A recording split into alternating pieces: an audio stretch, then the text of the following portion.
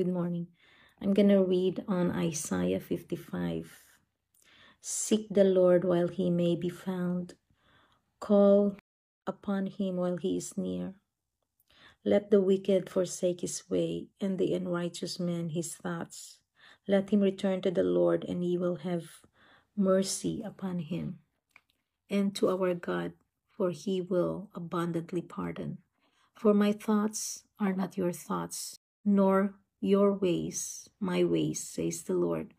For as the heavens are higher than the earth, so are my ways higher than your ways, and my thoughts than your thoughts.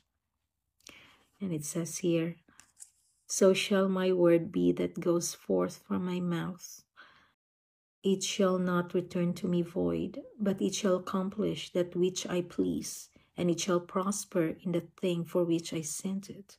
For you shall go out with joy and be led forth with peace. The mountains and the hills shall break forth into singing before you, and all the trees of the field shall clap their hands. Hallelujah. God is an almighty God. You cannot debate him. You cannot try to understand him because his thoughts are not ours. His ways are not ours. We just have to believe him by faith through the work of the Holy Spirit in our hearts. So let's pray. Thank you, Lord. I believe you. I receive you. And I trust you, Lord. Thank you, Lord. I give my life to you.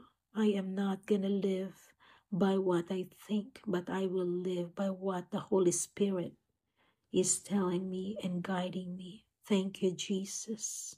This is the day that you have made for me. So therefore, I will rejoice today. And I believe you, Lord. In Jesus' name, amen.